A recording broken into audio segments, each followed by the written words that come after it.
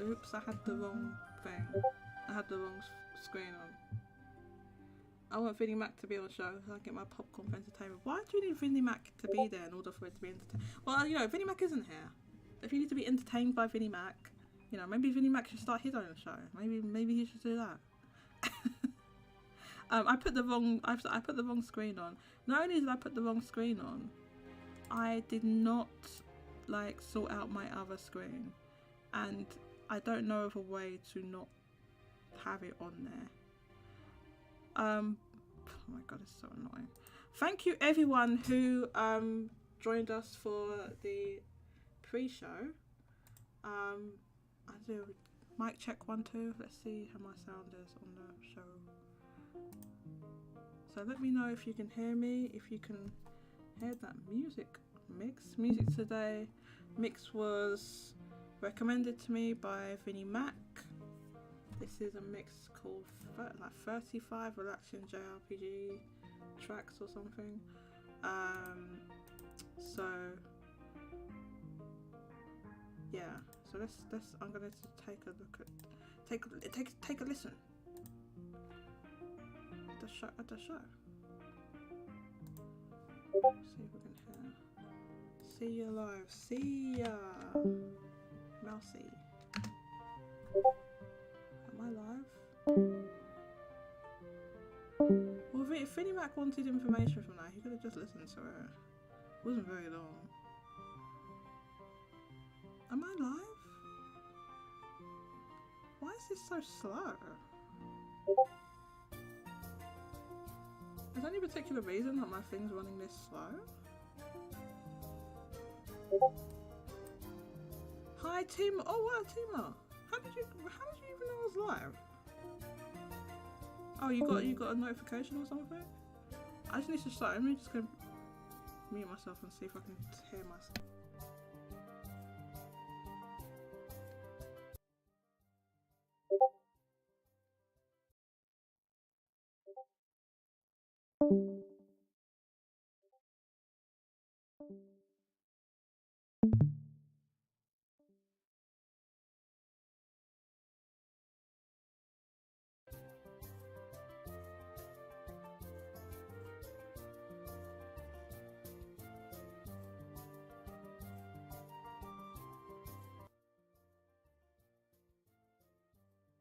Oh wait, I'm muted.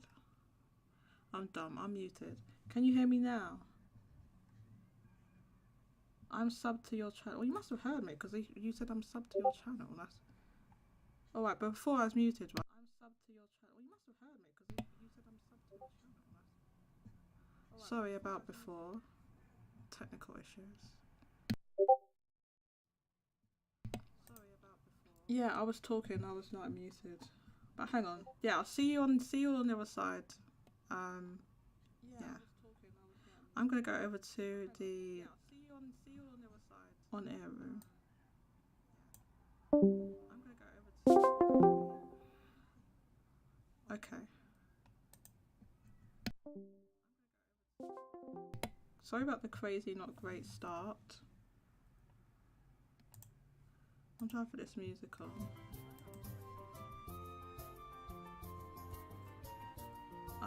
Yeah. Please hit the like button.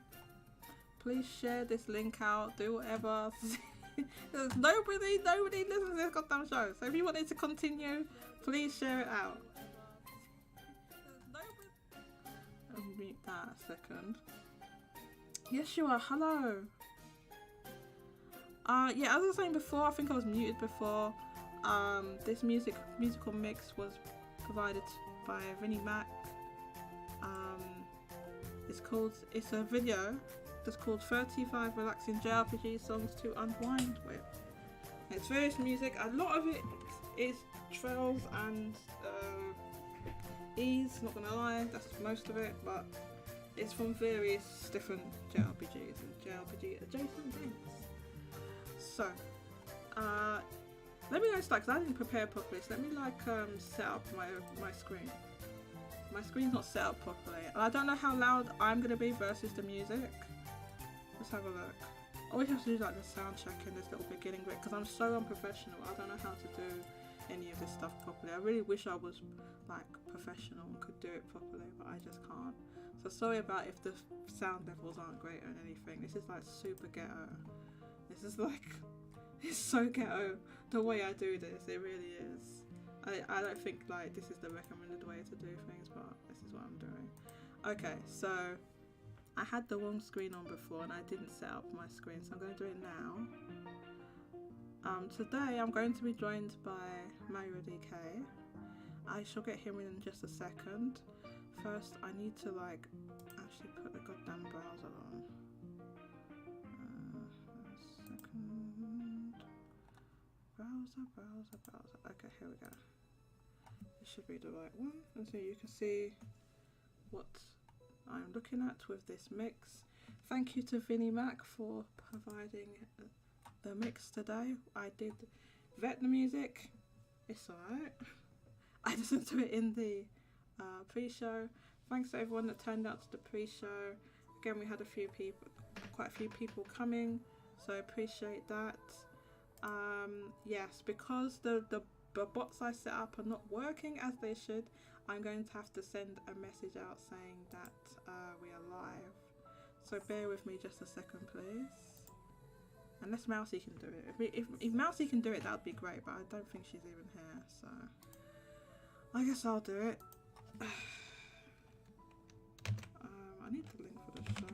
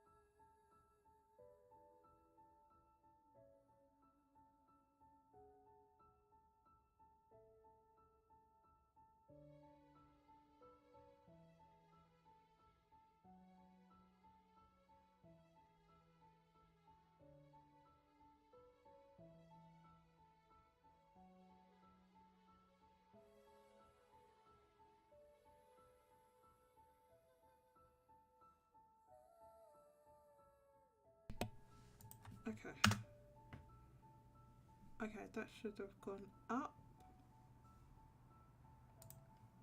Not sure how the volume of this music is, let me know. I had to turn it right down because it's, I mean, I can hear it loudly, do you know what I mean? There we go. I'll turn it up slightly. Okay, so this is, it's not finished. How's that? Oh, it's too loud for me. God. It's too loud. It's too loud.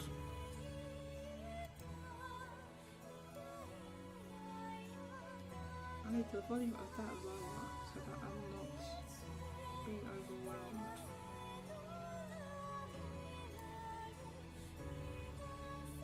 Please, I don't want to be overwhelmed. Okay. Welcome everyone. Welcome Timor. Yes you are. J Arthur. Dan Green Centre, hi. It's a bit low. Ugh. The thing is, it needs to be low, but like not too low. And not like loud in my ear holes, which it is at the moment. So I'm going to get started and I'm going to bring in, I'm just trying to sort my mic out. Oh god, that's not the right way to do it. Hang on. Sorry if you can hear some feedback. I'm going to turn that thing down. Hopefully maybe I can turn Discord up. So yeah, straight away we're going to have my voice is low, not the music. Ah, okay, my voice is low. Music is a bit high. I'll turn me up. How's now? I should. So I don't. 1 2 1 2 1 2. Let's see if I can get into. 1 2 1 2 1 2 1 2. Okay, because I was peaking before, so I had to turn myself down. 1 2 1 2 1 2 1 2. Music is high. Am I louder now? I'll turn me up. Am I louder now? I'm going into yellow now, so I should be much louder. No? Yes? Yes, yes, yes, no, no, yes, yes, no? Music is a bit higher. Yeah, I hate it when the music's high like that. Is it lower now? Because I actually have it low on the actual... Let me see this thing here. I don't think these things are running over. Let's turn this off. It's very low on here. Tell me how it is now, please. I hear you over 1 2 1 2 over. Does that mean I sound okay, or what? What does that mean, Red Hood? Red Hood, you need to be a little bit more like tell me if I sound good. If it sounds okay. Better. Good now. I can hear you. Clear. Sounds fine. Okay, copy that. Let's go. Let's bring in Mario DK. Mario DK, welcome. Mario DK won't be able to hear the music, but it's fine. Hello. Hello, welcome Mario DK. How are you? So I'm peaking again now. I need to turn me down. This always happens. I'm peaking. Because I've listened back to the streams and my audio sounds awful. That's why I turned myself down. I think my gain's too high. Mario DK, how are you doing? I'm good. How are you? I'm okay, but I need to turn me down on this mic. Is that better? It doesn't tell you if you're turning it down, the gain up or down. Maybe the gain's louder. Oh, God damn it. That's more quiet, isn't it? 1 2 1 2 1 2. Right now. 1 2 Sounds 1 good. 2 1 2. This is high. 1 2 1 2 1 2 1 2 1 2. No, that's lower.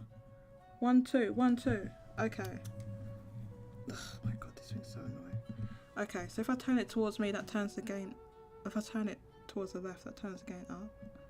1 2 1 2. Sorry, because I'm just like peaking, like really. I can see like me hitting red bars on there, and then when I like listen to it back, my audio is distorted because I'm like peaking. So I don't want. I'm trying to avoid that happening. Hopefully, it's a little bit better now.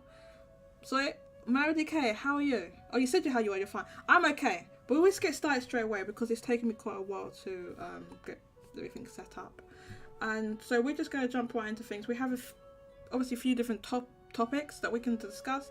Anything else from the news of the week anyone wants to discuss, or any other topics that's relevant to Japanese video game sales, the Famitsu market, and the video game industry at large. This is a discussion show first and foremost, so we like to get into stuff and analyze it, rather than just like say, well, this happened and this happened, because there's no point, because everyone already knows. I feel like everyone already knows. Well, there's no point. Okay, so we haven't had like a regularly scheduled show for a little while. I had to do a couple of shows on the weekend. Because of I had some time I wasn't feeling well, so yeah, we're back to Fridays today, and Mario DK is back from his long holiday in Turkey. How was Turkey, Mario DK? It was good. We went in like September, so it wasn't as blisteringly hot as like July or August. Yeah. And got to swim in the ocean and nice. Eat good food, see family, the whole 9 yards. Turkey is a super popular holiday destination. I know a lot of people go there from lots of Brits. Lots of Brits, because it's not very far, right? So no, it's like, it's I don't know exactly how far it is, but it's probably like no more than a 5-hour flight. Exactly. So it's somewhere that's like really nice and warm, and it's a really nice country, and it's not very far, so that's why it's very popular for Brits. And obviously you go there, you see a lot there. So like Turkey's popular, Egypt is popular, and like Morocco, and also like Spain, south of Spain, not south of Spain, well, just Spain in general. Portugal's popular, and the south of France. So that area is very popular with Brits. but especially Turkey. And you always know that because you always see the adverts and travel agencies advertising holidays in Turkey all the time. So, and it's like pretty cheap to get there, I think. And it's just cheaper in general, like the food, the service, like the labor is cheaper in the country, so all the food and a lot of that kind of stuff is cheaper, so it's makes it even better. I think that's why it's like so popular, and I heard it's a really nice country. I'd like to go there one day. Yeah. But we are here to talk about some video game stuff from Mario DK. Yeah, I didn't miss anything while I was gone. You know, just the usual. I don't know. I think you did. When it was like Tokyo Game Show happened, although that wasn't like there wasn't like huge announcements or anything like that. It was just like everything else. Yes. You know, all rumors and studios getting like either shut down or, you know, trying to. Was it like, you know, the CMA preliminarily approved the acquisition? Just a whole bunch of like other. I forget. There's probably way more that I'm forgetting. But we are not here to talk about. Oh, switch 2 legs. We're not here to talk about boring ass acquisition approval stupidness. Alright, we are here to talk about first of all the Famitsu chart, and then we're going to talk about like the main topic we're going to talk about a bit is about as it the title suggests, we're going to talk about the Jim Ryan retiring and what this could possibly mean for the future of PlayStation. We don't know exactly. We're just going to go off like some public statements and also our own speculation. Now, I did not tweet out that I am live, Mario DK. So, why don't you look at the Famitsu chart here? Well, we're going to do the top 10. Oh my god, where's the install base? Here. Oh right, I'll open up install base. Sorry. Install base. Okay, let's do this. Not that. Scroll to the top, please.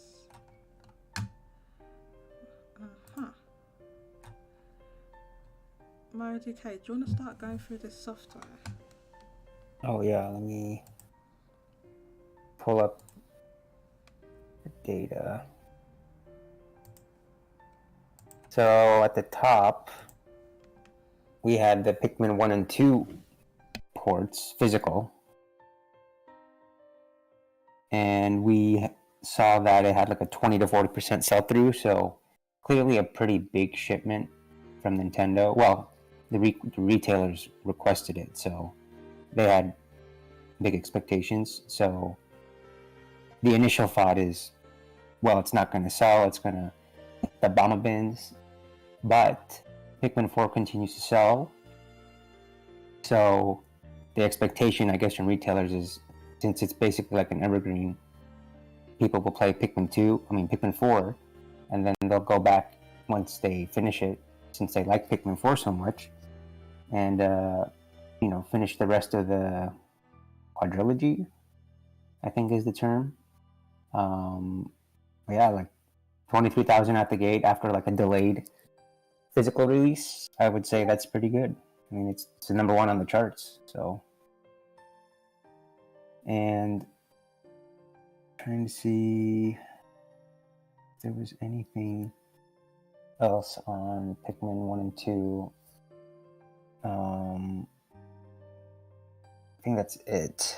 I know in other regions it's doing pretty well, but in Japan it should continue to sell, so we'll see how it does. Pikmin 4 is holding on pretty well, and it only has like a 3% drop, which is basically flat week over week. So it could be down to Pikmin 1 and 2 coming out, but a lot of evergreens in the charts are also flat or even up a little bit, so it's likely that this is just maybe a knock-on effect from the Direct or TGS. It's hard to say. Following that, we have Lies of P, which has a hilarious 1,356% increase from last week. But as we found out, I wondered about that, and I didn't realize, but the special edition had like an early access on it, so it sold like 600 the first week, before the the quote unquote official release date, and that's why is this gone up so much. I was really confused about that at first, but that's the reason why, because it had early access attached to the collector's edition. Yeah, and a lot of games these days are doing like less orthodox releases, where it's like, even with Pikmin 1 and 2, it's like they release the digital first, or Red Dead Redemption, and then the physical later. And then we have like, more modern recent games where they'll have a collector's edition or like a digital deluxe edition that gets 1 week early access, kind of like Starfield. So it kind of muddies the waters a bit in terms of a launch, but at least from this massive 1,000+% increase, it's likely that last week was just like the super niche hardcore audience, and then 9,493, that's like most of the sales. So this is like the more, I guess if you can call the PS5 audience like the more casual audience at this point, but those are the people that would pick it up this week. Yes. Lies of P, not a huge, actually it didn't, light the charts on fire, of course. The PS4 and 5 versions combined is like 11,000-12,000, right? So it's pretty low, but this was like it's kind of an indie game. I don't even know this studio, this publisher. This is kind of an indie game. I'm not sure how much money they spent on the game, but they were heavily inspired by Bloodborne, basically. So I don't think this did crazy well anywhere, but in Japan it's just meh. I don't know, because I don't know what the budget of this game was, or whatever. If it's like, is it a triple A budget? Is it more of a double A budget? Like how much they spend on it relative to their sales expectations? Because to me this is very low. But then if it's an indie game that they didn't spend a lot on, then maybe it's just fine, So it's hard for me to judge. What do you think, Maridike? Well, looking at the company, the publisher, they're Korean, so it's hard to say, what their industry is. I mean, we don't see too many like AAA games come out of Korea, so it's probably around AA. Maybe they make a PUBG. They make what's that MMO called? Maple Story? No, not Maple Story. No. That's the only Korean MMO that I know. No. It's a really big Korean MMO. It's made by Pearl Abyss. Mine's gone blank. Pearl Abyss. Anyway, Pearl Abyss. They make a lot of different games and stuff like that. So there are a load of games they make. There's that Project Eve or whatever. No, it's not called that anymore. It's called Stellar Blade, Stellar Cheeks. That's what we call it. Yeah, that game. Yeah, that's a Korean studio. So there's quite a few. There are quite a few, man. You said there's not that many. There are quite a few. I just can't think of the name of that. What's that big MMO that's made by Pearl Abyss? Does anyone know what I'm talking about? It's called Is it Black Desert? Yeah, that's it. Black Desert. Yeah, that's big. Yeah, I haven't played it, but it seems to keep getting updates, so I guess it's pretty successful. I played it once. Never went back to it. I just played Final Fantasy 14. Final Fantasy 14 is better than Black Desert.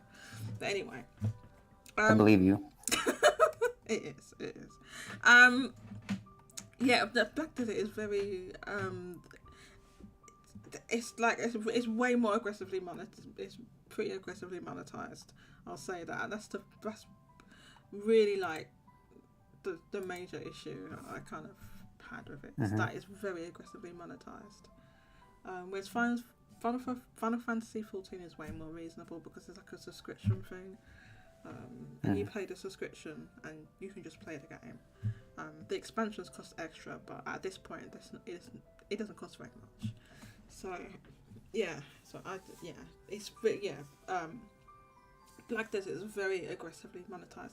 They're also making that. I think this game's vaporware at that point. They're supposed to be making that DokeV game.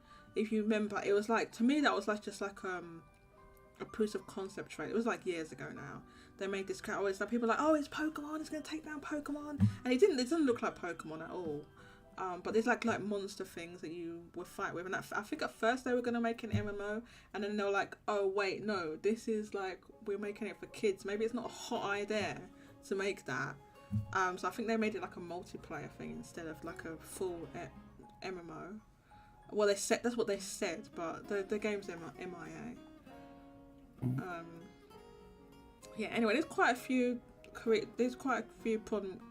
prominent Korean developers, and I'm sure there's many that I'm missing out on. But this particular developer publisher, never heard of them. So Lies of P. I don't think that was.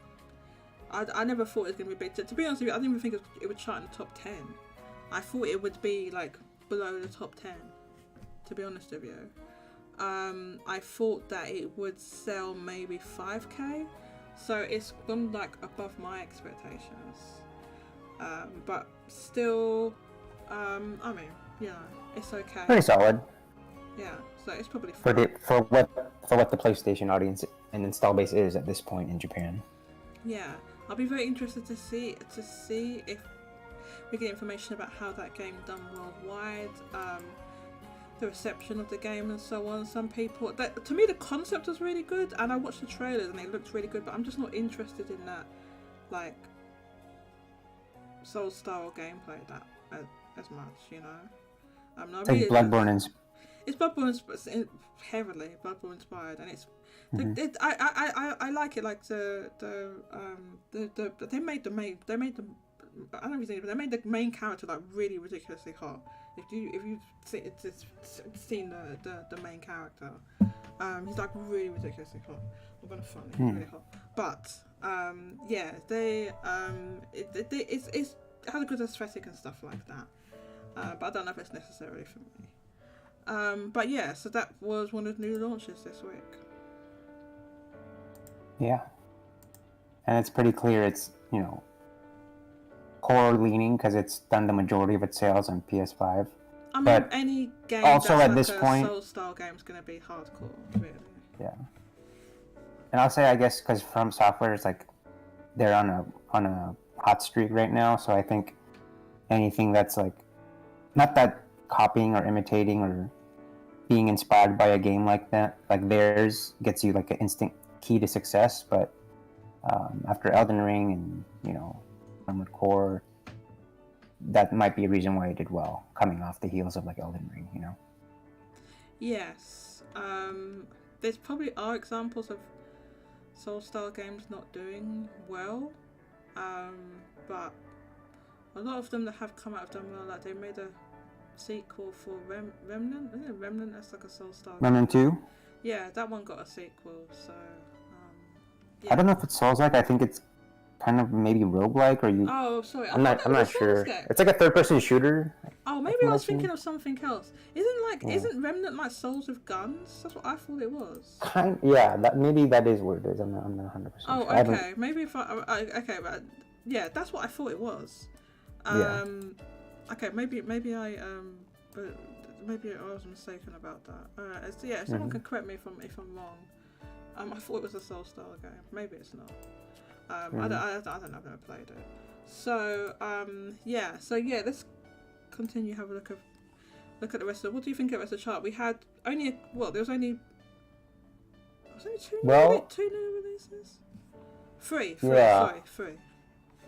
Outside of them, a lot of the evergreens are like basically flat, which is, I'm not sure if that's TGS or. Hold up. There's something that is not flat at all, and that is Ring Fit Adventure has gone up 68%. Jesus Christ. I don't know why that is. Is there some offer that a retailer's doing or something? It's got. I don't know why it would go up 68%, but it has. Wasn't it up a lot last week too? Or like recently? Like this is not the first week in recent. No, it's history. Happened recently. It did happen recently as well. Yeah. Another time. I don't know what caused it this time though. Yeah, I don't know. So yeah, it's they could be typhoon season. anything. Typhoon season. I don't know. People are inside. Is it Hard to typhoon say. season? I've no idea. So yeah, so there's that. The other new releases was Payday 3 and obviously Pikmin 1 and 2. You done Pikmin 1 and 2 already. That did well for, like in my opinion, did well for a game that was already available digitally for ages, or 2 games, whatever. So yeah, and the sell-through is very low, but I'm not really worried about that in the case of this game. I think it's just one of those games that's gonna sell and sell and sell and sell. At maybe low amounts, but it will keep selling because people will want this physically. I will pick it up at some point. I don't have it. So yeah. Do you want to quickly remark on Bomberman R2 because it had decent legs in the second week? Well, you tell me what you. I mean, yeah, 62 minus 62%. What do you think about that?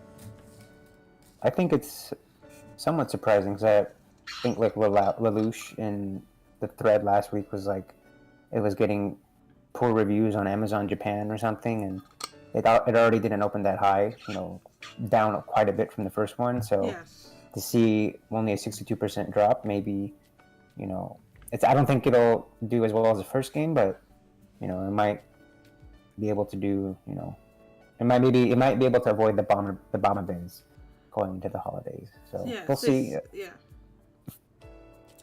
It's already way down on the first game from opening. So I didn't have high expectations because I don't know, Konami. I don't know if they did all the best they can with this game. Let's put it that way. The first one people found a bit underwhelming and they had to add stuff to it. So I don't know about this one. You said there's maybe the reception hasn't been that stellar reception. So obviously that affects things. So we'll have to wait and see. It's interesting because this game has a multiplayer component, so we'll have to see how long that keeps going for. I think with the first game, like, it died off pretty fast with the online multiplayer stuff. You couldn't find matches and stuff like that. So we'll have to see how long this one lasts. Now, I don't know if you noticed this, Mario DK, but there's something that's usually in the chart that is not there at all. Breath of the Wild. For the first time, no, not Breath of the Wild, that's dropped off the chart before. For the first time, Momotaro. Yes, it's Momotaro. It's Momotaro. It's Momotaro, and he's hitting the buzzer. Momotaro. Yes, Momotaro is not there, and I actually think the reason for that is because of the new game that's coming up. That's coming out this year. So there's a new Momotaro, which is an incredibly popular board game that is made by Konami. It's sold over 3 million in Japan, and they've never released this particular game anywhere else. But there's this kind of a sequel that they're releasing, and that I think is releasing in November. I can't remember off the top of my head. I think it's in November, so I think that pre-orders for that are ramping up, and people are pre-ordering that rather than buying the new game. I would guess that's what's happened as to why Momotaro would suddenly just drop off like that. If we look at Amazon Japan, I'm just gonna quickly try and where is it now? Get the bestsellers up. Okay, so I think because a lot of other evergreens are up. Yeah, so if we look at Amazon Japan, which is good because you can see pre-orders as well. Oh god, where is it? I don't know what's that. There's a new one. Is it? Where have I passed it? I wonder if it's on the other page. Yeah, sorry, it's here. So this is the new one coming out. It's not released yet. Yeah, so I was right, it's November, mid-November, 16th of November. So I think that's what's happened, to be honest with you. Can we see the pre-order amounts? No, you can't see it on this one either. You used to be able to see it on the website. What have they changed to make it? This is so annoying. Yeah, I can only see it on the app now. You know, you can see the amounts bought. But now they've changed it, so you can only see on. Is that right? So hang on, can I look at this one?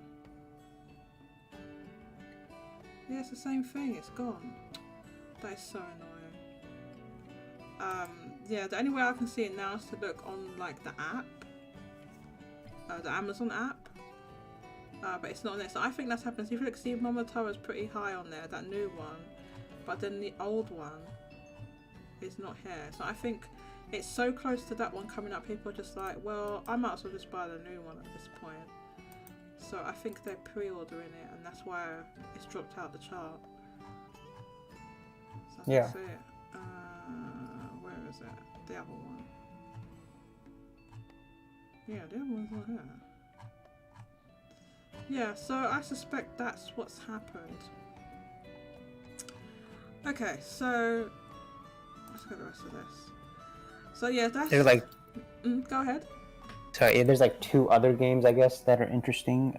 One Piece Warriors, Deluxe Edition, only down 44%, which is pretty good for like another re-release with just some more DLC, which continues to show Bamco's like.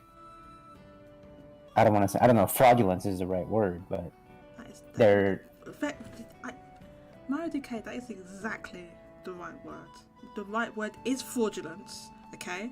Because that game was how long did that game come out? Like 2020 or so? No, maybe before that. Was it 2019, 2020? And they put new content, added more stuff to it. And why is that game being bought so much?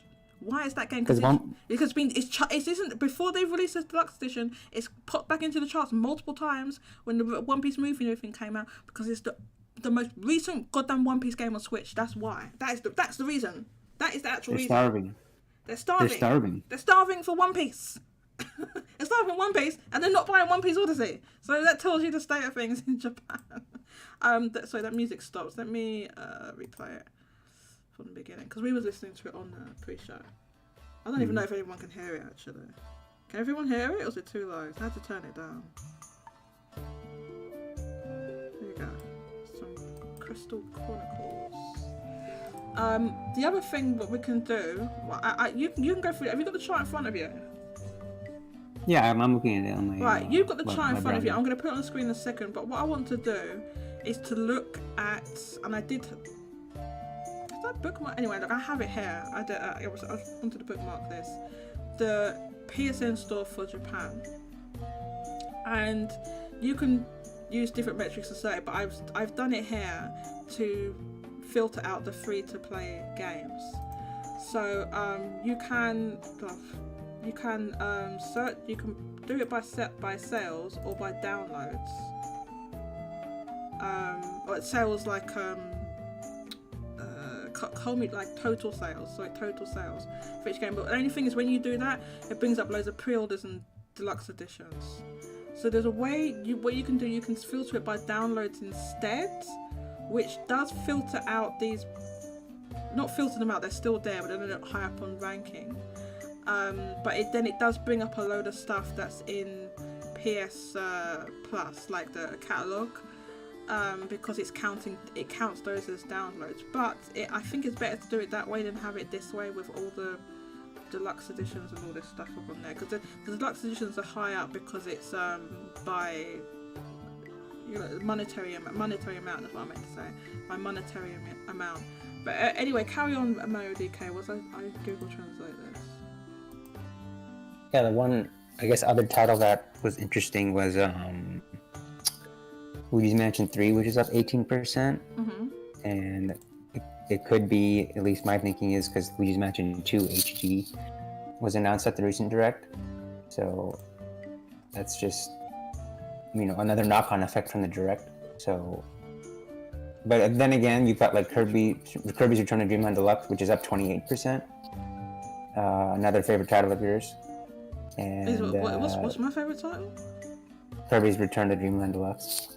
Because the Kirby's Return to Dreamland Deluxe is my barometer for a successful game launch in Japan. Did you know that, Mario DK?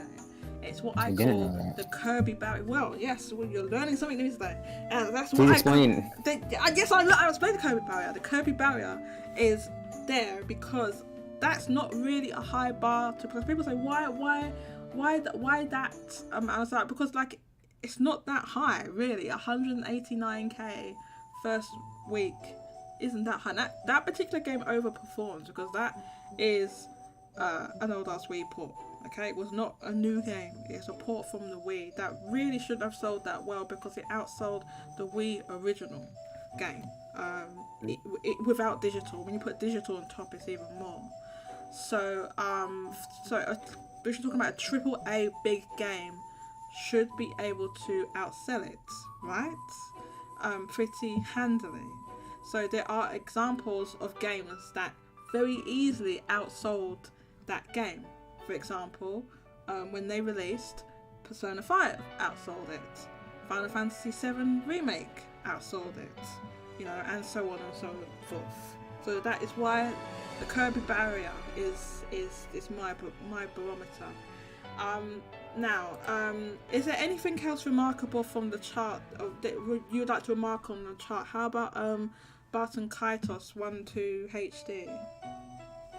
It's a standard 80% drop, so not really. Basically 70. Yeah, basically it's like a 79% drop, which you expect it's going to be gone from the chart next week, basically. But Bandai Namco did not promote it properly, so that's what you get. Bandai Namco.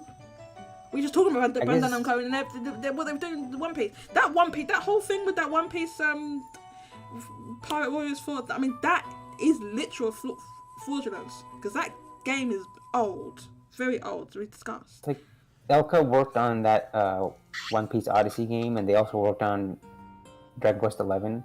They're both very similar games, and they were willing. I don't know if they downported it, but Square Enix downported 11 and made it fit on Switch. But they weren't. I think Square Enix did that themselves because they had to.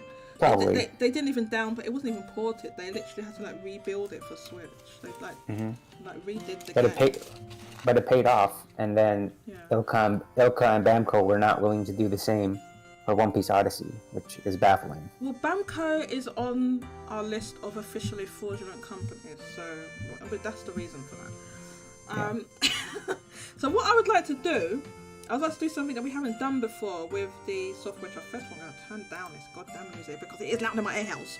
It's loud. I have to do something. Now I did do this a little bit last week, but we're going to do it a bit more here. So what I've done, and I've done Google translated this so everyone can see. I haven't even been looking at the goddamn YouTube comments. So if you've been commenting and I haven't been looking, oh, you haven't said anything anymore. Slandering Kirby.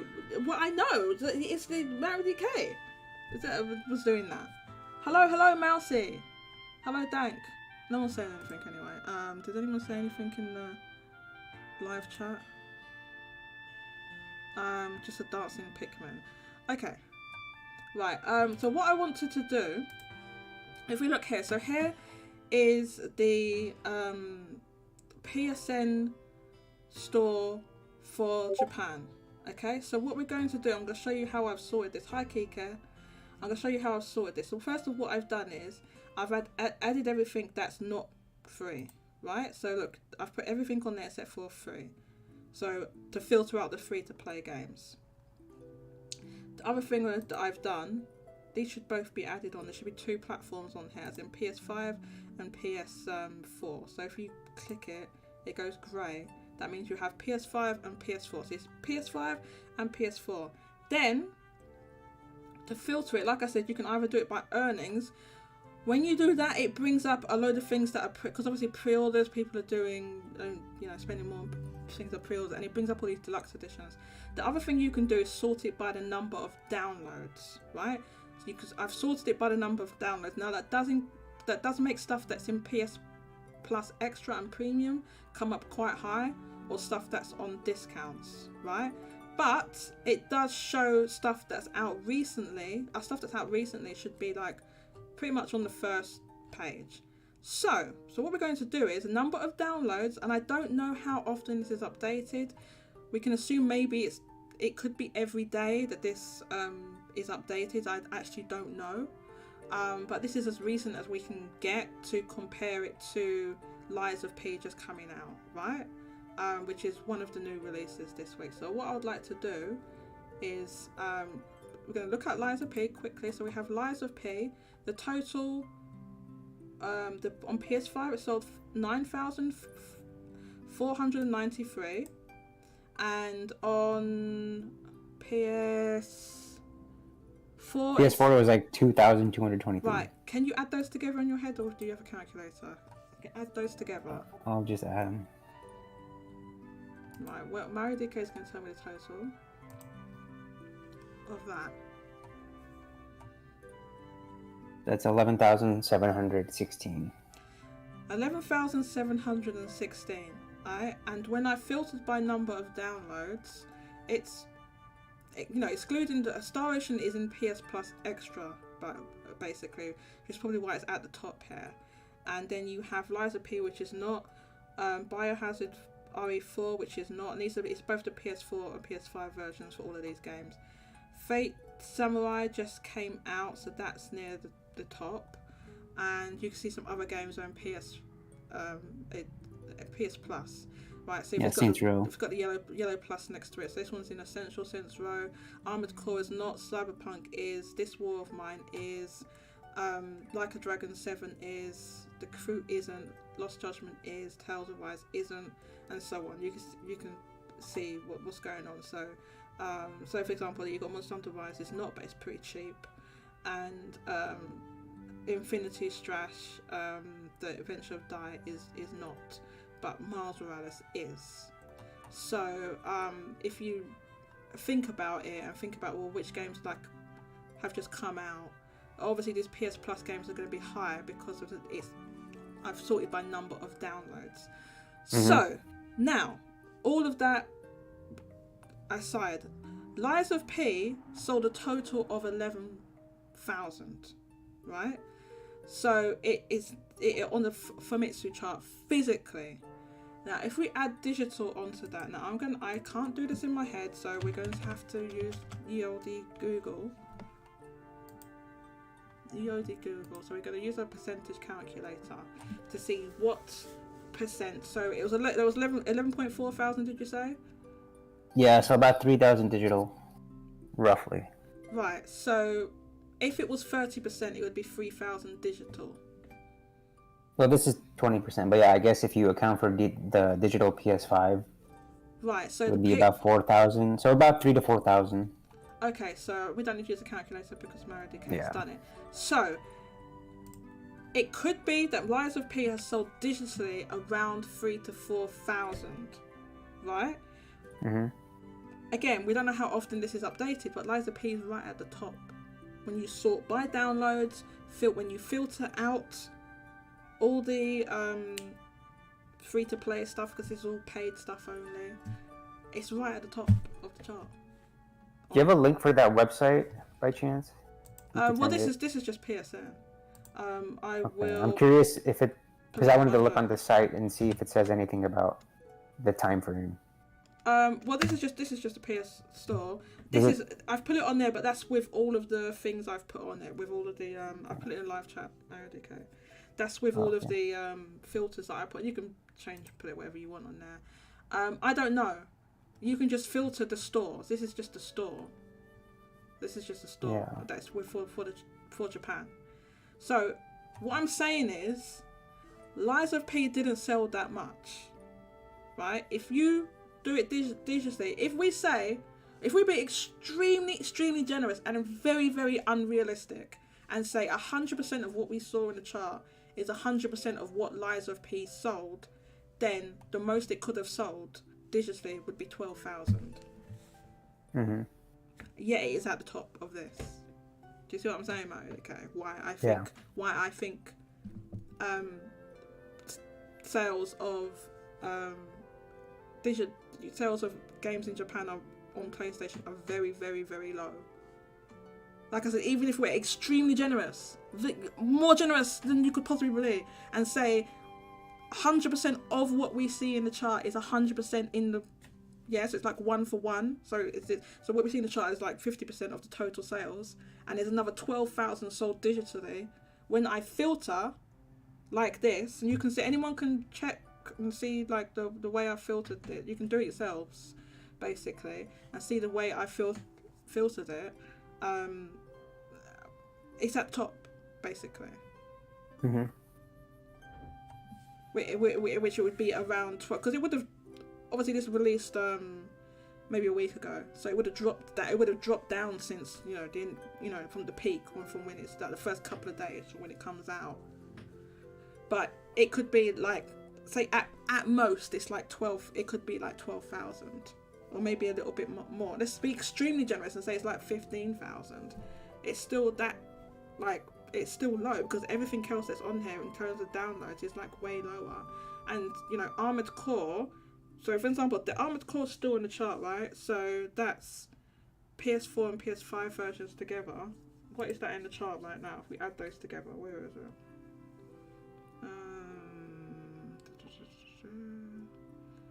So here, so that'd be like 4,000. It should be just below 4,000. Physically, it's sold. Mm-hmm. So it came out on early access September 15th. Is what I'm seeing. So what did? This is about 2 weeks. Okay, so it could be about 2 weeks. Yeah, because it was no, you're right, it was early access. But yeah, so as I was saying, let's be really generous and say, it's over 10,000. It could be 15,000 or something like that, right? We don't know, because it had that early, because Liza P had the early access. Oh, pardon me. Liza P had early access, but it's still at the top. So it had early access digitally if you bought the super duper edition or whatever. Obviously not everybody would have done that, but it's still at the top of the chart now. If for something that came out that you could obtain potentially 2 weeks ago. You see why I think the sales of, people say, oh, it's the digital sales are like absolute gangbusters, but you can compare it to what you see in the chart. And like, even if we look on so this is Amazon now, we look at Amazon filter, obviously this isn't as good, and unfortunately I can't see the sales numbers on the web. I don't know what they've done. They've changed it so you can't see it, and there's a load of accessories on here, so you need to account for that, and pre-orders and stuff. But if we look, we should be able to find license. Here's Fate. That's not. No wait, no. It released, but it's not chart in the Famitsu chart yet. So we can scroll down and find Lies of P. So let's have a look. It's on here somewhere. But here's Armored Core 6 PS4 version. Now Lies of P was okay. So here's Lies of P right here, 82. PS5 version. Do you see why I don't think the sales are that high? It's below Die. It's below Die actually. So yeah, Die is gonna bomb, by the way. It's looking like it's going to bomb hard. But yeah, it's below that. So it's I don't think that there's this like crazy high digital rate that everyone seems, or not everyone, some people seem to think is what is going on with PlayStation, that the digital rates are saving it. And I think what we said the other day in the town square we had on the Discord, when we was in there, basically, if like there was like these high digital rates that would be higher than the average for the rest of the world, right, to make up for that not a single, like in Japan, this was happening in Japan on the PlayStation, not a single publisher has ever commented on that. If that what was going on, that would be something remarkable to say, look, this region has got extremely high digital.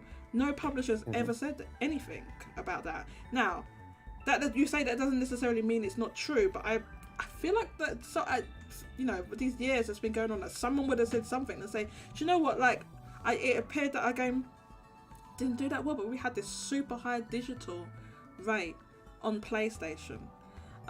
So we have have some like idea of some digital data, but from what we can tell, that they it's like for things we'll hear some digital, but then it will include also PC. They don't necessarily say just PlayStation, because obviously you need to account for the fact that the game's released on PC. So for example, we had data for like Elden Ring when that came out in when did that come out again?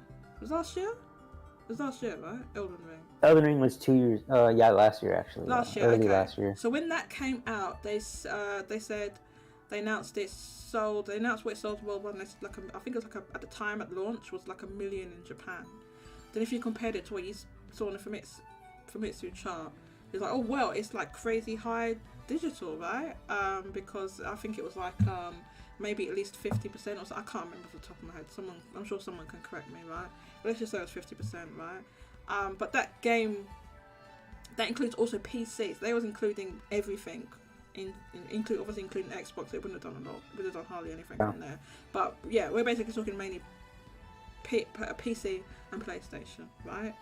Well, that's what we hear more is like PC. If the publishers talk about anything, it's not like, oh my god, this like unexpected, completely, crazy digital ratio for PlayStation platforms. It's more the growth of PC is what we're hearing about. Yeah. So the other example we can bring up, it was Earth Defense Force. I think 6. The latest one that just came out. Now that game I think actually did not release on PC. So when we got the sales data from that had a really high digital rate because it was only on PlayStation. It's basically only released on PlayStation. I don't think that actually was a PC version. Again, someone can correct me if I'm wrong, but I'm doing this off the top of my head. So that one was like at least like 50% digital for that one, right? Which would be pretty high. So, and then the only other data that we can really kind of point to would be either older or the data we got, for example, from Falcom. So Falcom said to their investors, I think last year, all their investors asked them, what are the digital rates of your games on PlayStation? They specifically asked PlayStation. The reason they asked that was because the publicly available data, the sales, the physical sales in the Famitsu chart, the media crate chart, was dropping and dropping and dropping and dropping and dropping. So investors were like, "Whoa, it's dropping. So what's the digital? Digital, is that high? What's that?" And they said it was 20%, right? So yeah, that's the data we have. So that's what Falcom said for their games, and then the investors were like, "Why are you not releasing these games on Switch? Sort it out." And that's what they started doing. The other data we have is like way older. For example, Final Fantasy VII Remake, when that came out in 2020, Square Enix announced that it was like 3.5 million worldwide, and 1 million of that was in Japan. At the time, we knew that Final Fantasy VII Remake sold around 700,000 physically in the chart, right? So, okay, it's like, 30% digital or something like that, right? So you can kind of, that's like around the data we have. So if this really, really high digital rate, like, I mean, more than 50%, more than 70 to like 90% digital, which is what some people think that's going on. And it's like just PlayStation's like mainly digital now. I think I feel like some publisher may have commented on that on some point in the last several years, and none of said like, oh well, do you know what, yeah, our digital is actually like pretty high for Japan. Like I've pointed out like the ones we have, but it's not a lot. The data we have, it's not a lot. Go ahead. I think the only thing we've heard from like either Jim Ryan or Sony financials is like, oh, the engagement is really high in Japan. But well, I'm talking about sales though, not. But that's what I'm saying is like if they've never said anything. It's like they're trying to spin it as like, oh, Japan is actually doing really well, when it's just like, yeah, as a percentage of the user base, because it's so niche and hardcore, it's going to have higher engagement, similar to a platform like Vita or PSVR 2. But they're not sitting there like, bragging about, oh my God, this this massive digital ratio in Japan. It's like otherwise they would talk about it in their financials. Well, I feel like some publishers would talk about in their financials to say, especially Japanese publishers, because they often will do their sales in Japan and the rest of the world, right? So we see Capcom and others doing that. Unfortunately, the way Capcom breaks it down, they will just tell us the percentage, but only of the physical package sales, which isn't very useful, because that's only useful for new releases or whatever. But they have loads of catalogue games that maybe they don't print physical anymore, there just isn't physical or anything like older games and so on. So unfortunately we don't have that breakdown. I think when the PlayStation, when they start engagement, they're like talking about free to play games and stuff, right? Yeah. Or gotcha spending probably, or basically a lot of whales on the platform, which makes sense given the user base. Yeah, and I would like to know what anyone else thinks of this, if there's anything, because this is just like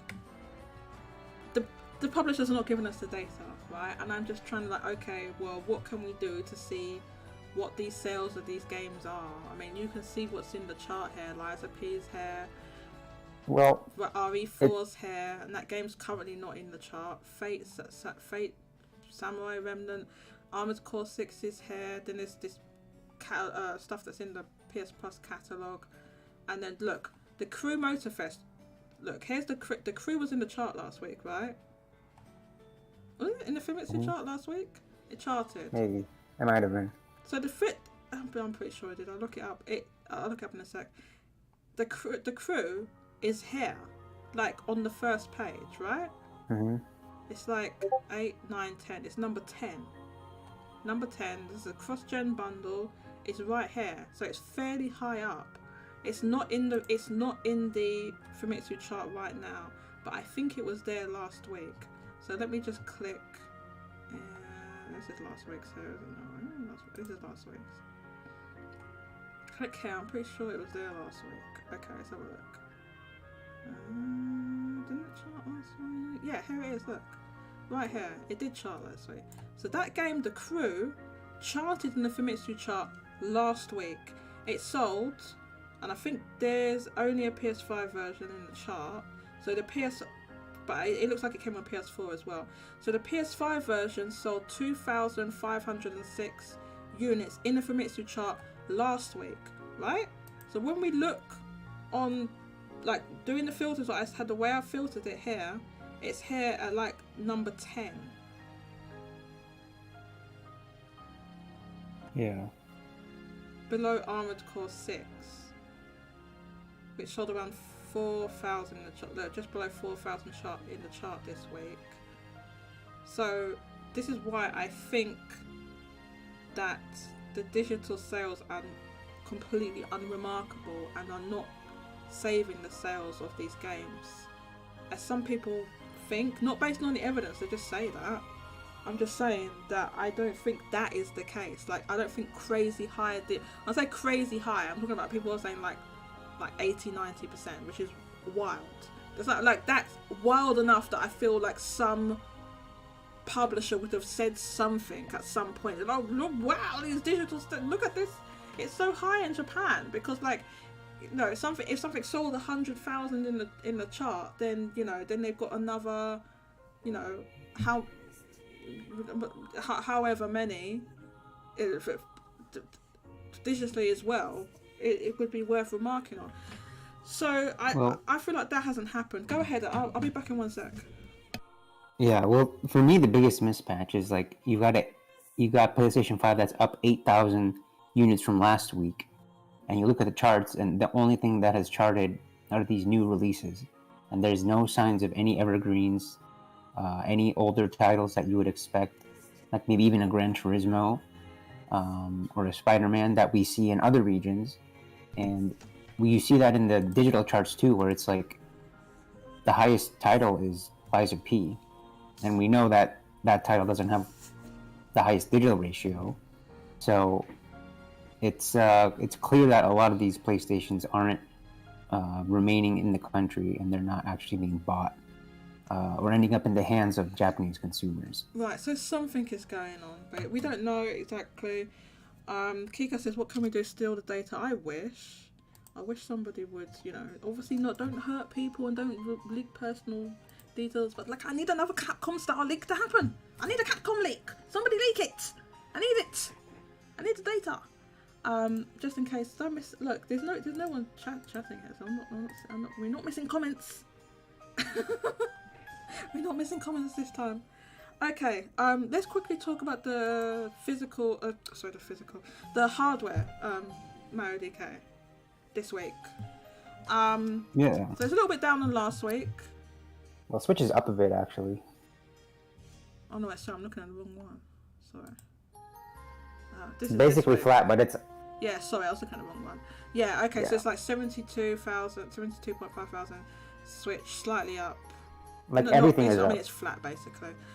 Everything is up, like everything is quite up. a bit. Xbox is up very significantly, so it's 1,670 last week, 9,058 this week. That's because there's a special offer. Sale.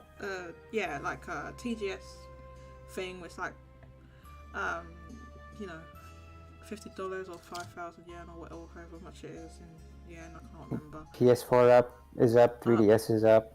3DS. Hold up. How is the 3DS up from 21 to 70? It's up more than like 200%. It's up 200%.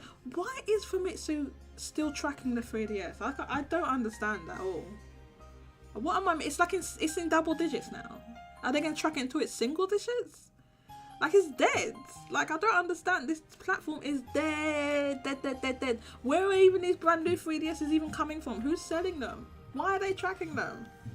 I'm like, why? I've never seen a platform being tracked for this long beyond, like, its life. It's kind of wild. So, anyway, yeah, everything's up. Yeah, go ahead, Maridika. I do think it's clear at this point that, like, some of it can be attributed to the weak yen. And because, like, I posted that picture when I was in the airport in Turkey, there was a Japanese Switch OLED model for sale in, like, one of the little airport shops. And I don't know, I would assume, they're buying them and they might be picking up a couple, like, physical games too, because the games are a lot cheaper too. It's hard to say, but at least for hardware, I don't want to comment on software because we don't have too much proof of that, but it's just, it doesn't make any sense why PS5 would be up 8,000 units and then there's no, like, older games increasing. I mean, the bar is like 1,300, so even with the new releases, it's like the tie ratio. I mean, well, the thing that's interesting is that not even any of the bundled games. So the bundled games would be like Gran Turismo, God of War, Horizon Forbidden West, and Final Fantasy 16, all bundled games, and usually the bar is like 1,300. Yeah, so not even those any appear now. Like with the Switches that's been going, like the scalping and everything that's been going, like we kind of know it's been going on with the PS5. It also happened to the Switch. It just happened to like a way lesser extent. It was especially prevalent around obviously the launch of the Switch and then the OLED model as well. So when I was finding all the photographs of, like, the sort of scalping and stuff that was going on, there were Switches and Xboxes included in it as well. So it's not just happening. So it's just the extent is way lower because the supply of Switches wasn't constrained as much as the PlayStation 5 is, remember, and plus the PlayStation 5 is just worth more. So people just make way more money on it, basically. And the fact that it's affected software this much, and then the Switch software has basically been unaffected. So it's the tie ratio. Like, every week it just, for Switch they sold what, like 70,000, and the a niche barrier, like it says 128,000 software sold this week. So that's almost a 2 to 1 entire ratio. And then PS5s is like barely a third. You know, it's like it doesn't make any sense. Even if they're both probably being maybe stopped isn't the right word, but just exported. It's nowhere near the same degree for Switch. No, it's not the same level at all. At all. The PS5 is happening at a crazy rate, and I think that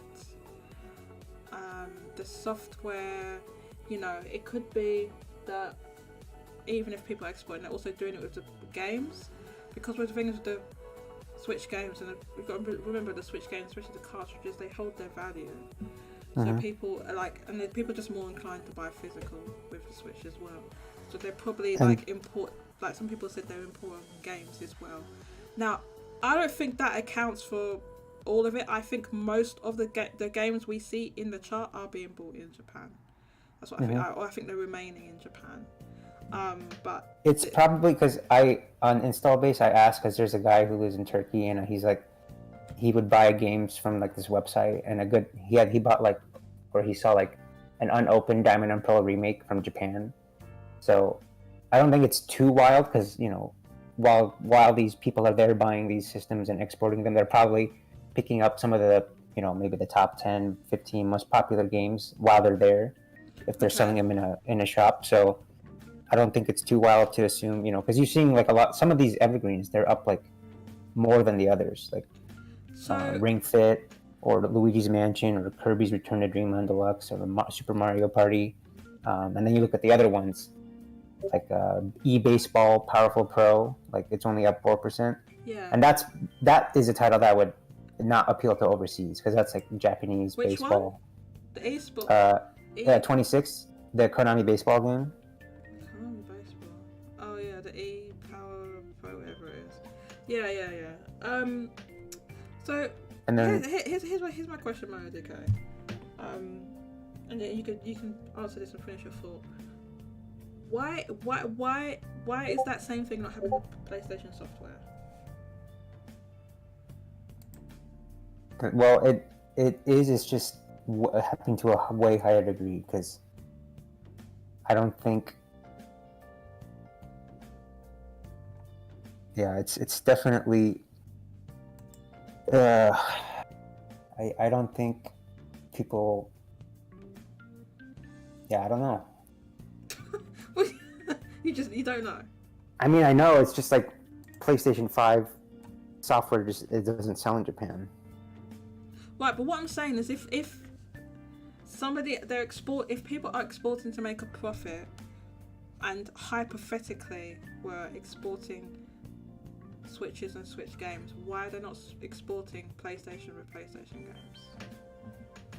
Why would they not? The only thing I can think of is at this stage in its life, PS5, like the system is more in demand, and some of the games that are more appealing to the Japanese market are not maybe as appealing to some of these growing markets. Like Nintendo isn't as popular in maybe like some random country in the Middle East or like Turkey or South America. Like, because I know in Turkey, Nintendo is not as popular because they don't have the history. But in a lot of these countries, like it's just FIFA or some of the more realistic games. Because I talk to some people and they're like, oh, if it doesn't have realistic graphics, then it's not a good game. So yeah, so that's a Kirby. Really weird way to judge a game, but yeah. Yeah, so it's about like which one of these games, which of these games appeal. So I take it they don't like Fortnite and Genshin Impact then. That's not because to not as much as like a PUBG or like like a Call of Duty PUBG or looks like FIFA. I was gonna swear right then. PUBG does not. I'm sorry, It doesn't. No, actually, someone said like, oh, I don't like PUBG because the graphics don't look good. The graphics aren't good. I need to say something right now. And I'm saying this to Red Hood.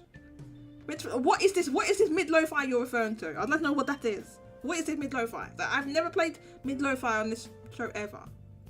So I want to know what that is referring to. Yeah, go ahead, Mario DK. So yeah, I think that's what why there would be like this huge discrepancy in consoles that are like being exported and the games as well.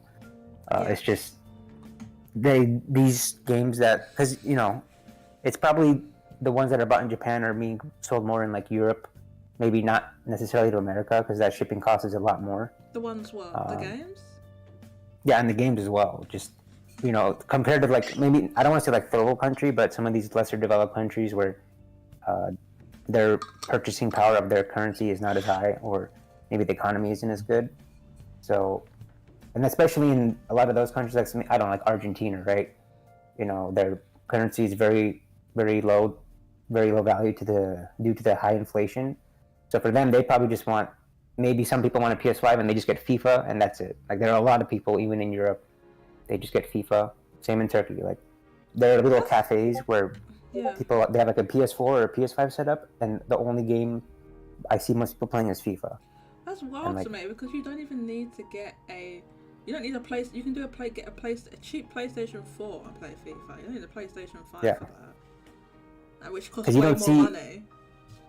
Yeah, so even if you see like some of these Switch games that may be bought and sold along with these exported Switches, the top 30 is already Switch dominated anyway, so you're not going to see the differences much. But like for a PS5 game to, because they're already not selling a lot. Mm-hmm. A game like, I don't know, Neo 2 or some kind of Yakuza game, like those aren't going to appeal as much to some of these other like smaller countries, if that makes sense. Okay, so that's why like FIFA so even though we're seeing like probably, let's say half, let's say, I don't know, 20, maybe even 30,000 of these PS5s are being exported weekly, the games don't necessarily appeal in the same way to some of these countries that they're being exported to. Like, I don't know, Egypt or some Middle Eastern country. They just maybe get FIFA, and even then they probably buy it digital over there, or I don't know, maybe they burn them or make copies. That's my theory. That's the only thing I can think of. Thank you for your thoughts, Modi K. Maybe they burn them. Okay, shouts to Ralucci. Thank you for joining us. Japan, just to show that the 3DS is still holding strong. Now, Ralucci, is Ralucci Roche? I've forgotten. Ralucci's someone I can't remember. You use the same username. Did I know who I'm speaking to? Is Ralucci Roche? Or is someone? I've forgotten who it is. I see that they've been really liberal with these J. Why was I seeing J points being given out all over the place all of a sudden? Which I've been trying to encourage people to do for ages. By the way, we're only doing it now. Yes, there's some. I'm seeing some slander. Anyway, whilst they're slandering me in the Discord, let's move on to our next topic. Now I feel like we've done with the Famitsu sales right now. Let's talk about Jim Ryan's retirement. Now I feel like we should just get into this topic straight away, and then we can talk about anything else after that. So it was like 2 days ago or something like that. First we got like a little rumor. From like, it must have been like 15-20 minutes before or something like that. From Jason Schreier saying that Jim Ryan was stepping down, but we didn't have any context.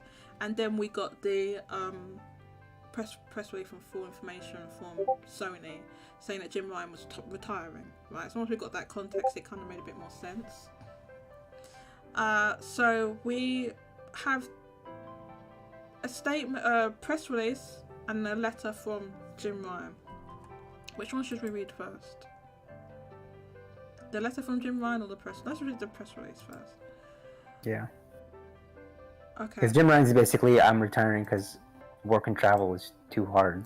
Yeah, which is. But the other article kind of has some more interesting details in it. It's fair enough. It seems like he was traveling pretty intensely, and I can understand why that. You wouldn't keep doing that, and he was being paid very handsomely, I'm sure. But he has more than enough money, I'm sure, that he can just retire, because they pay you millions for that, by the way. So here's a press release from Sony, or this is on SonyInteractive.com. New management structure of Sony Interactive Entertainment. Jim Ryan to retire next spring, and Hiroki Totoki to assume interim CEO role while keeping his current role at Sony Group.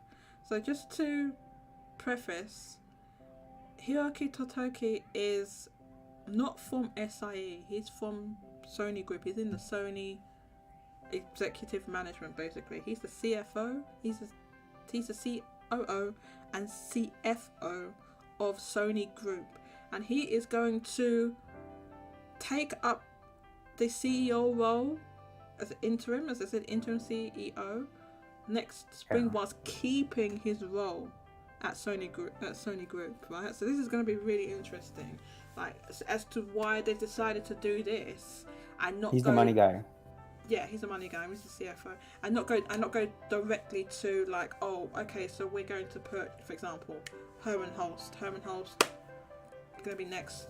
You know, if it was something as simple as that, like, as in they already had in mind, and they'd already been grooming the next CEO for a number of time. Like, then why would you need all this like big gap and an interim? I understand they can't just do it overnight, but why would you need the interim thing unless basically it's undecided at this point? And they're going to decide it. So that's what it seems like to me, that it's not like completely decided. Otherwise it'd be like the new president blah blah blah is going to take over in spring, but no, they're doing an interim president, and we don't know for how long. So September 28th, Tokyo, and it was I guess it was September 27th in California. Sony Group Corporation and Sony Interactive Entertainment today announced that SIE President and CEO Jim Ryan has made a decision to retire in March 2024 after almost 30 years with the PlayStation business, which it's probably almost all of his career, right? To support Mr. Ryan in his transition, Sony Group Corporation President, COO and CFO Hiroki Totoki will assume the role of Chairman of SIE effective October 2023. So he's already going to take over the Chairman role, right? So he's already going to be there on the board from next month, basically. Effective April 1st, 2024, Mr. Totoki will be appointed interim CEO of SIE while he continues his current role at Sony Group Corporation. Mr. Totoki will closely work with Sony Group Corporation Chairman and CEO Kenichiro Yoshida and the management of SIE to help define the next chapter of PlayStation's future, including the succession of the SIE role. Now that part in particular I found very interesting. I'm sure you want to talk about that, Mario DK. Now the rest of this goes on to describe Jim Ryan's career, and then there's comments from the president of Sony and from Jim Ryan and from Hiroki Totoki.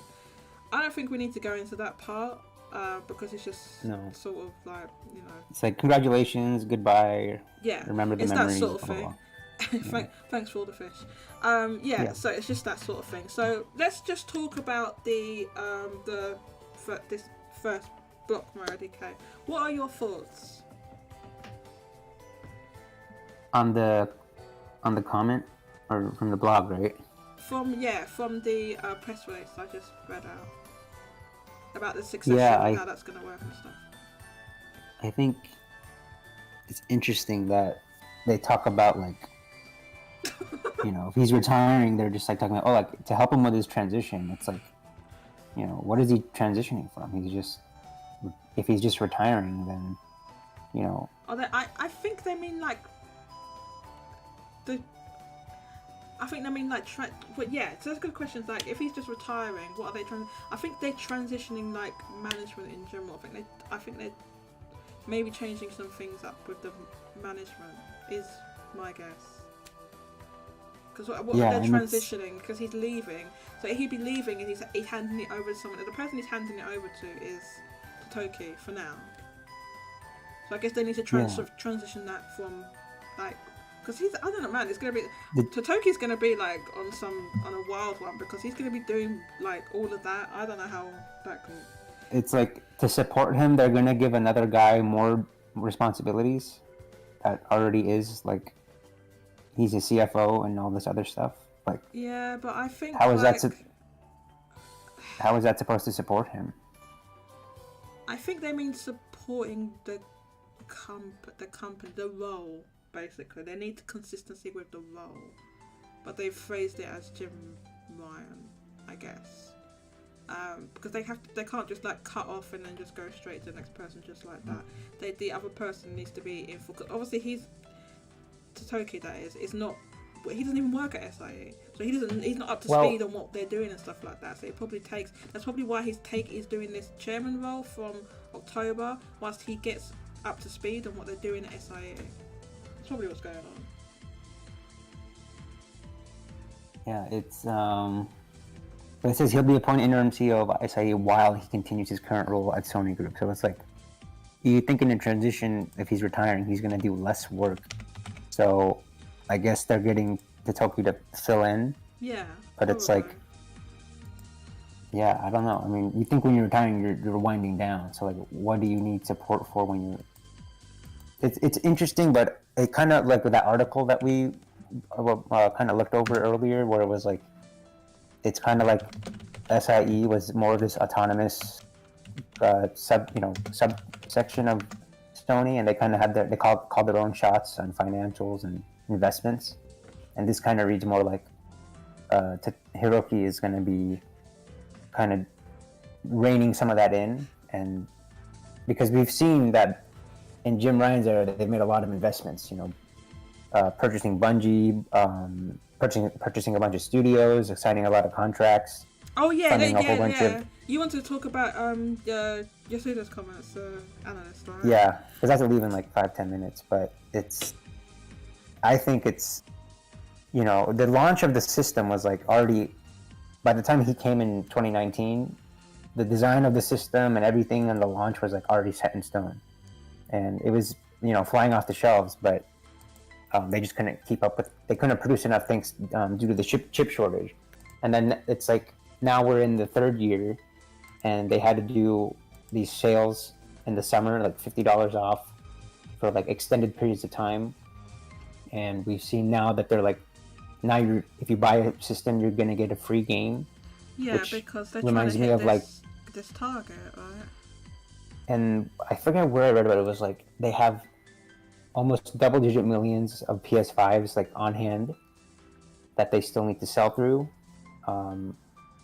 which it would line up with what their behavior is, which is like almost Wii U like. Because I remember in the early Wii U days, like it was like, oh, you buy a system, you get a free game, or like if you were a Wii owner and you bought a game, you would get a free game. Like it's obviously not. That was like it's nowhere near comparable. Obviously, Wii U was a complete failure, but that kind of incentive of like, hey, we'll give you a game, and it's not just like any game. Like they're giving away their first-party games, like Spider-Man, and maybe like it's like a pretty big list of all their big PS5 games.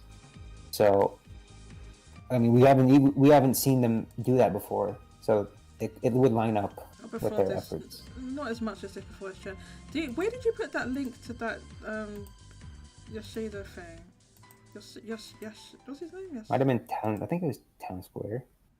No. Or it might have been in the pre-show. Oh yeah, I think that's maybe where you put it. Okay, is that a link that I can click, or did you? I think it is. No, it's not in there. I think you might have already had it open. Didn't you open it? If you close it, I don't know if you can open it again. If you have, because it's like you get one free article or something. But no, is that what it is? Nikkei. Oh, did I click? Where's the Nikkei? Yeah, it's a Nikkei article. I don't have that open here. Oh no, I do. It's here. Huh? Is this one? Yeah. But my last free article, no Nikkei, get out of here. Okay, so this is the article that Modi K is referring to. I'm gonna enlarge it so people can see it on the screen. Hopefully. Yeah. Because I have to go soon, I'm just gonna say the last couple of words. I think, like I said, he's made a lot of investments. Like they've bought, Bungie, all these exclusive contracts, and not too much of it we haven't seen the fruits of it yet. And a lot of these contracts, like the KOTOR remake getting canceled, Forspoken bombing, Final Fantasy 16 not paying off as much. Well, that's Square both Enix, of the both of the Bethesda contracts that they made, like Deathloop and Ghostwire Tokyo, didn't exactly blow up either. Well, that was Bethesda's fault. Yeah, but it's like that's like kind of like a batting record. It's like what percent of them have really paid off? Like at this point, I think maybe there's like Stellar Blade and that Ronin game from Team Ninja. Stellar Blade is looking like vaporware at this point. I'll tell you that. Yeah, but he made those contracts because like, oh, we think this is a good game and we think it's gonna increase PlayStation 5 sales, and it clearly hasn't worked to the degree that they hoped. So some of them have paid. To be fair, that's like some of them paid off. Deathloop. I mean, Deathloop did extremely well critically. Now I don't know about the sales. Kike reckons it did well. I don't know. Like, well, the games probably did well, but it's. I don't think it was like a system seller in the ways that maybe Jim Ryan hoped. A game like Deathloop, I don't think they necessarily thought it was going to be a system seller. It's just extra stuff. Now, stuff that they thought would be like Final Fantasy 16, but they definitely wanted that to be a system seller. Forspoken, they wanted those to be system sellers. I don't know about something like Deathloop though, to be honest. Yeah. Just because it's a small but then you had game. like Demolition Games or Devotion Games, right? Devotion Games. The ex Call of Duty people, like we just heard they got a whole bunch of layoffs and we don't know where their project is. That's probably the Last of Us Factions game, because like that's a result of Bungie. Them buying Bungie and them evaluating the game, and that's on ice or downscaled. PSVR 2 was a fart in the wind, basically, putting it lightly. Japan Studio was closed down under his watch, so was Japan Studio was closed down. Pixel Opus was closed down on his watch. So and at this point, any investments are like already set in stone for the generation. Like he's got his 12 games as a service titles in the works, and we're in the third year, and it doesn't seem like they're going to hit that 25 million goal for PS5 shipped. So we don't this know, was probably but a lot of people thinking maybe not. Yeah, and the article kind of talks about some more stuff, so I won't go into the specifics, but it kind of seems like this was like the crossroads where it's like, okay, at this point the generation is set, you've made your investments. There's not much more that Jim Ryan could do at this point, to like massively grow PlayStation. That would be outside of a huge pivot, But I think he just said, like, okay, I'll step aside, I'll retire, and then Sony kind of took more direct control, or is going to take more control of SIE. That's my take.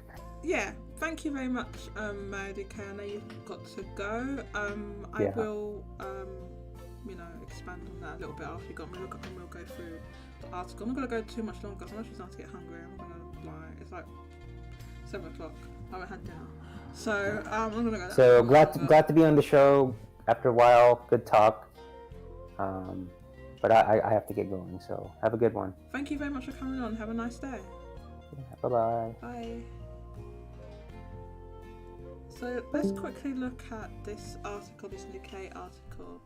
And, Mario DK is saying that maybe Sony, as in Sony Group, wants to take more control of what's going on with SIE because of the spending and stuff like that. And we have seen a lot of spending acquisitions and stuff like that, but we haven't seen it come to fruition yet because it takes a long time to make these live service games and stuff like that. They're all under development and it takes a long time. So Jim Ryan exiting from that role after like around 4 years means that we're not going to see his kind of vision of PlayStation for another couple of years as these games start to come out. Now, this article from Nikkei, basically we have Hideki Yasuda is an analyst at Toyo Securities, saying his opinion of this change that's happened at Sony Group. So I'm going to read what he said there. He said SIE seems like a place with extraterritorial rights from the perspective of Sony Group's head office. The head office probably aims to strengthen its involvement at a time when the gaming business faces a worsening earning environment. So what he's referring to there about this extraterritorial rights is the fact that the head office of PlayStation is not based in Japan, it's based in the United States, which from the perspective of Sony Group would be extraterritorial because they operate with, they're a Japanese business, right? So it's outside the country, right? So he's saying, yeah, that head office, i.e. Sony Group, wants to strengthen their involvement with SIE when the gaming business faces a worsening environment. So what he's referring to, I guess, is this next part here. Sony Group's gaming segment is forecast to earn an operating profit of 270 billion yen, which is 1.8 million US dollars for the fiscal year ending in March, down roughly 20% from 3 years earlier. The operating profit margin is expected to fall by half to just over 6%. So that's significant because Jim Ryan took over 4 years ago and the PlayStation 5 came out 3 years ago. So we're talking about from just before the PlayStation 5 was or just after, and it's down. Also 3 years ago it was 2020, so you need to take that into consideration, that the, you know, obviously the pandemic would have made everything, inflated everything, as we know. So you have to take that into consideration too. The sales of the new PlayStation 5 have not grown as expected. Returns on investment have also lagged. So so they're trying to hit this very, very ambitious goal of 25 million units sold in 1 year, which no PlayStation console has managed to do that. Sony hasn't achieved that before in the past. And in order to incentivize those sales, they have been doing offers like bundles and giving away, like basically giving away a game with the console. Yeah. So I'm gonna take a quick look at the comments over on YouTube. Dankman Center says Sean Layden was the real one. PS is a mystery. Yeah, he probably got pushed out. Vinnie Mac says, are you on a different account? Vinnie Mac says, Dank, most of Jim Ryan's tenure was based on Sean Layden's decision. Yes. Dank Mean Senator says, perhaps Vinnie, but the decision he had to make regarding the difference is loud as touch. I have had enough. This music has been going for 2 goddamn hours. It's unreasonable to have this music. I've had enough. I've had enough. Final Fantasy 7 Lo-Fi. I can't take it anymore. I just can't take it. 2 hours of that. I played it for 2 hours, Vinnie Mac. Don't even try it. I played it for 2 hours. Okay. Let's turn this up. It's better. Got them trumpets in my ear holes. Right. Okay, what was I doing? Right, let's read this. No, yes, Jade, about no. Yes. I can't take it anymore. Dank Green Center says perhaps Vinny, but the decision he had to make regarding different direction for the company during the latter half of PS4 generation until now has been baffling on the consumer side. Could you elaborate on that, Dank? Vinny Max says a very successful PlayStation launch, multiple first-party games, billions. PlayStation games to PC. Yes, PlayStation has made a lot of money, just a video game. Community chatter, which is present for all platforms, was the only constant. But even those people didn't abandon the console. Nobody's saying the console's been abandoned or anything like that. And PlayStation 5 has been extremely successful. I'm just looking at it from the point of view of this. Well, I'm just looking at what they're saying in this article, basically, in this Nikkei article, they're giving some possible reasons as to, like, yes, it was extremely successful, but like investors still expect more, basically, and that's why I think they've had these extremely high targets and stuff like that. So the investors look at these figures and stuff like that, and yeah, just this Nikkei article is giving possible reasons. It's been a nice one. What was I supposed to mean? It's been a nice run. Says Kike. J2 says Stellar Blade doesn't exist, what you saw was an illusion. It's definitely vaporware at this point. That game has not been officially delayed. No official delay. It said 2023. But no announcement either. So no official delay and no announcement of a release date. I don't think it's coming this year, but they haven't said it's not coming this year. Kind of a same situation with all those level 5 games. I talked about that last night on the Demon Appreciation podcast. That's David Cast JRPG's podcast. Had a lot of fun over there. Shout out to David Cast JRPGs. Thank you so much for having me on. You can check that out, and yeah, we discussed the level 5 games, and you know, whether we think those are coming out this year. I think Deca Police is probably going to get delayed. Although they haven't said. It still says 2023. They didn't give an update TGS, so it's a similar situation, I feel. Yes. Okay. I think I've caught up on those comments. Let's look at continue looking at this Nikkei article. Like I said, I'm gonna wrap up soon because I'm hungry, and I haven't had dinner, and like nobody's joining me anyway. So we did have MoDK join me for a while, but I won't go much longer. So yeah, let's continue. Since June 2021, Sony has purchased 9 game developers. Invested capital stood at 1.03 trillion yen in the year to March, more than double the amount 2 years earlier, with rising game hardware inventories also a factor. The return on invested capital is projected to be 12.5% this fiscal year. What? Far below the 47.5% logged 3 years earlier? What the hell? Okay, so this has gone down so much because they've spent so much money. They spent so much money, and none of these games and all this stuff, none of it's like come out. It's not released or anything. So I guess that's the contributing factor for that, because that's a big drop. But I think that's the reason. But when did they buy Bungie? It's within 3 years, right?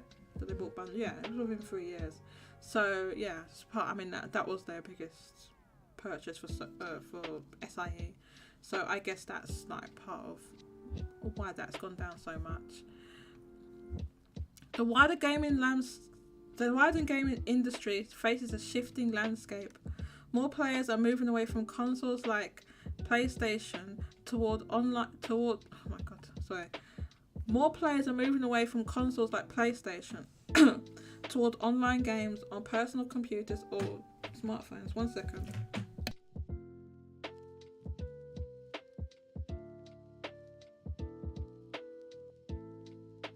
In 2020, Sony rival Microsoft launched a cloud device where paid subscribers can play console games on their PCs or smartphones. Content is becoming a bigger factor than hardware for creating value. Microsoft is closing a $69 billion deal to buy Activision Blizzard, the developer behind the hit Call of Duty series. New technologies like the metaverse and generative AI are expected to drive up development costs, even as companies compete to acquire the best content creators. So yeah, so it's the article's kind of saying that maybe Sony Group wants to take a kind of more direct involvement and control because of like some of these investments not coming to fruition yet. But you know, this is Nikkei, the opinion of the author. Who wrote this? I don't know who wrote this. Oh, this is two Nikkei staff writers. Oh my god, the names.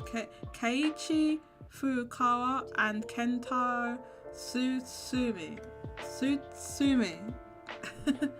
that's how you put it. Tsutsumi.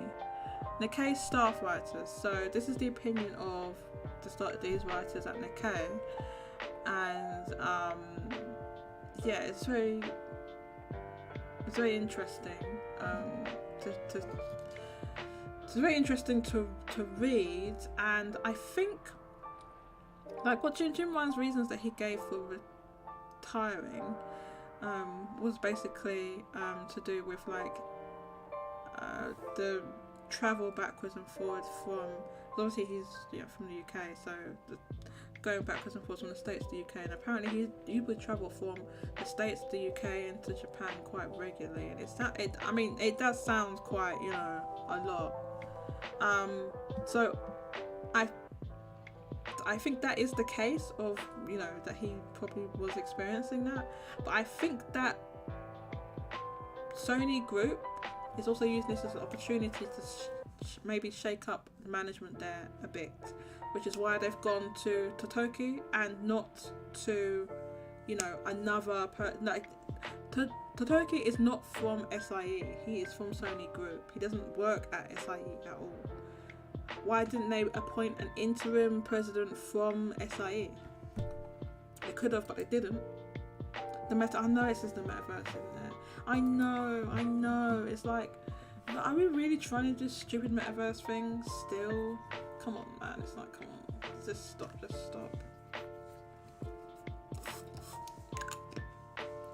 So, because I'm like getting tired and hungry, I think we're gonna end. There's other stuff we could have talked about, but you know, maybe I will do a stream maybe next. I'm gonna be busy next week, but let's see what we can do. Maybe we'll do a town square. We'll do like a town square or something like that, rather than a stream. These streams are quite great. It does take a lot out of me to do the streams. A real short show. Yeah, it's pretty short. Yeah, I'm sorry. I'm just like kind of Nani? Kika coming through with the memes. Kika cracks me up, man. I'm gonna give Kika some more rep for that goddamn meme. Hang on, where's the thing? That thing. So yeah.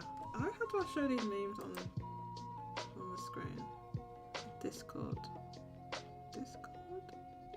Hang on, I'll quickly show you as we end the stream. Which one is it? Oh, this one. Wait, can you see it? Now can you see it? Nani? So that's the JoJo meme. Yeah, it's a short show. Yeah, because I'm tired and hungry. I'm gonna be honest. I can't do the streams for forever, and it's more draining for me to do the streams sitting up at the PC than it is to, like, you know, when we do the town squares and I'm using my laptop in my bed or whatever, you know. And plus I did stuff earlier. So, I'm, you know, kind of knackered. So, yeah, I mean, I know it was like, you know, I know you're all used to like 4+ hour shows here, but I just couldn't manage it as much today. But thank you all for joining me. And like I said, maybe we can do a town square during the week. And, you know, certainly feel free to use the town square even if I can't join or whatever. So, you know, I know Vinnie Mac likes to organise some town squares. and sometimes Mario DK does. So if there's like field organized town square, like emergency, I always title them emergency meeting. Anytime something happens, I title it. I don't know if you've noticed that I started titling them emergency meeting.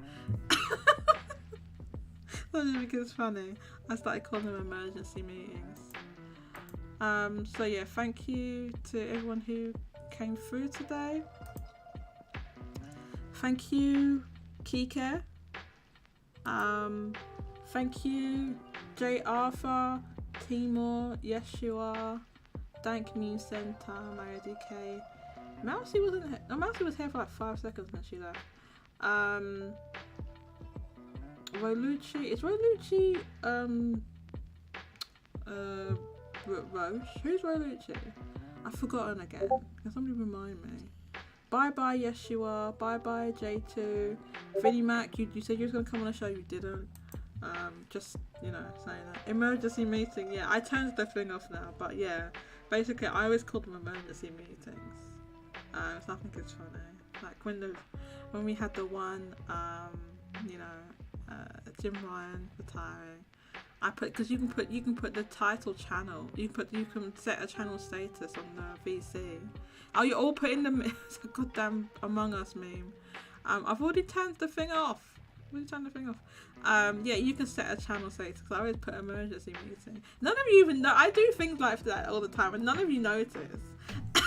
None of you notice this thing. Like I said when I said that, I themed all the text channels after Monster Hunter. Nobody even noticed.